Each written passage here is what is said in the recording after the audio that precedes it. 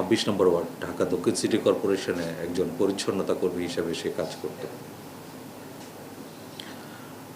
এই ঘটনার প্রেক্ষিতে পরবর্তীতে ভিকটিমের পরিবারের সাথে যোগাযোগ করা হয় এবং ভিকটিমের বড় ভাই বাদী হয়ে সূত্রাপুর থানায় একটা নিয়মিত হত্যা মামলা দায়ের করেন এবং সেই মামলা আমরা যথাযথভাবে রেকর্ড করি।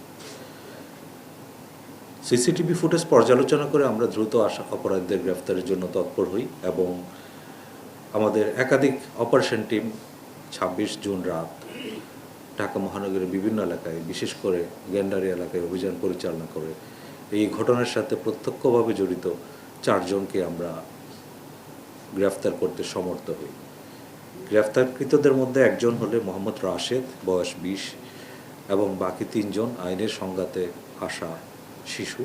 তারা হলো মোহাম্মদ আতিকুল ইসলাম শান্ত, বয়স 16, আরেকজন মোহাম্মদ হৃদয়, বয়স 15, আরেকজন নাম মোহাম্মদ শিহাব মোল্লা, বয়স 15। আমরা এই সময় তাদের হেফাজত থেকে এই ঘটনার সাথে সময় ব্যবহৃত একটা চাকু উদ্ধার করেছি এবং হৃদয়ের দেওয়া তথ্য মতে আরেকটা চাপাতি উদ্ধার করেছি।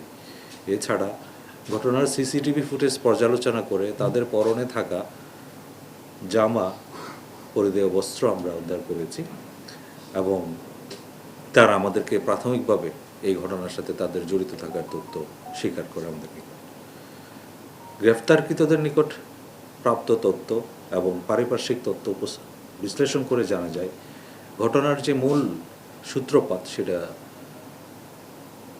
তাজিয়া মিছিলে থাকা যে ডুলি, এক ধরনের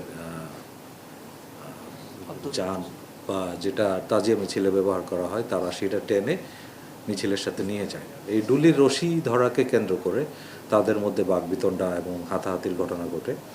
এক পর্যায়ে ভিকটিমকে যখন তারা বাংলা বাজারের এখানে একা পায়, তাকে ধরধর করে ধাওয়া করে এবং সে ভিকটিম আত্মরক্ষার্থে পিকে রায় রোডে ইস্পাহানি ভবনের নিচতলায় গিয়ে আশ্রয় গ্রহণ করে। সেখানে হামলাকারীরা তার উপর নির্দয়ভাবে হামলা করে এবং ছুরি, চাকু দিয়ে তাকে আঘাত করে।